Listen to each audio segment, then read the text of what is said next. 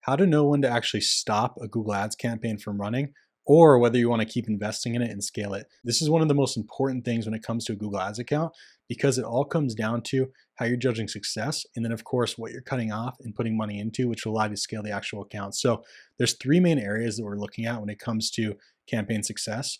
The first is going to be really paying attention to the KPIs that you want to look at to judge success. Now, most of the time, we're almost always looking at cost per conversion or cost per acquisition. And that's going to tell you whether it's sustainable bringing that person to making a purchase or becoming a lead into your business. But there are front end KPIs that'll give you really good indications as to whether a campaign's headed in the right direction, or it might make sense to put money elsewhere. So the first is going to be click-through rate. Click-through rate is going to be how people are engaging with the ad you're putting out. It's the amount of people who see the ad versus actually click on it. Now, when it comes to search campaigns, we're generally looking at a 3% is usually a good industry average of a click-through rate. Anything above that's great. If it's cold traffic, if it's warm branded traffic, you'll usually see maybe between 7 to 9% of a click-through rate.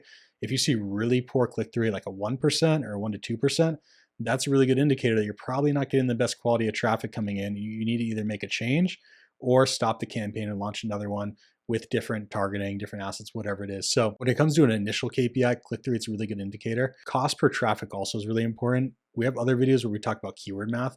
This is really just doing the math backwards on whether or not the traffic is actually sustainable. Even if all of the numbers are great, if traffic's too expensive, you're not going to get good cost per acquisition, and it wouldn't make sense to run in general. So that's one other area. If you see that traffic is too expensive, like I said, even if everything else goes perfectly, it's not going to make sense finance-wise to keep putting money into that targeting. So the last is going to be cost per acquisition. Now, cost per acquisition, like I said, it could depend on the business. This is usually a per business type of number, whether you're selling products on an e-com store, trying to look for people within a certain lead cost, whatever it is, it'll depend on your business, because depending on how you scale, some people like to scale for more market share, which means less profit. Some people just want to prioritize profit. Usually that means a less cost per acquisition.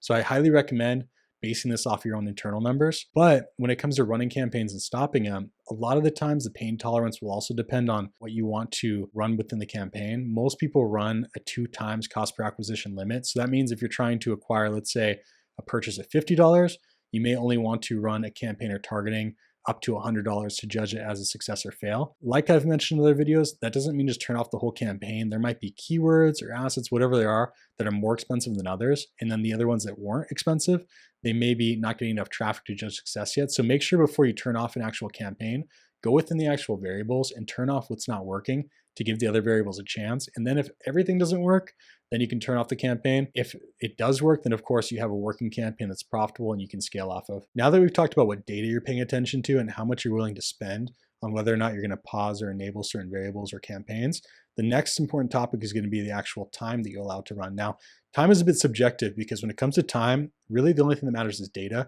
And whether you spend more or less, that's going to accelerate how much time it takes to make decisions.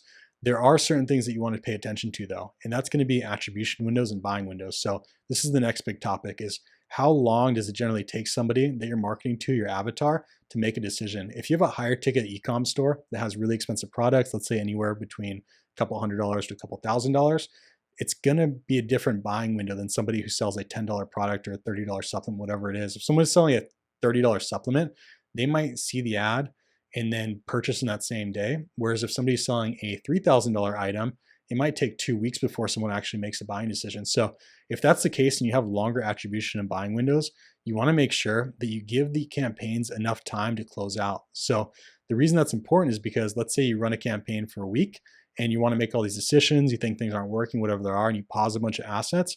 In 2 weeks, you might actually get all the data proving that what you paused was actually successful, and then you just lost a week of progress. So judging on what you're marketing for, and this also works on the service side too, sometimes people will have a longer window when it comes to communicating or in actually closing on a deal, whatever it is.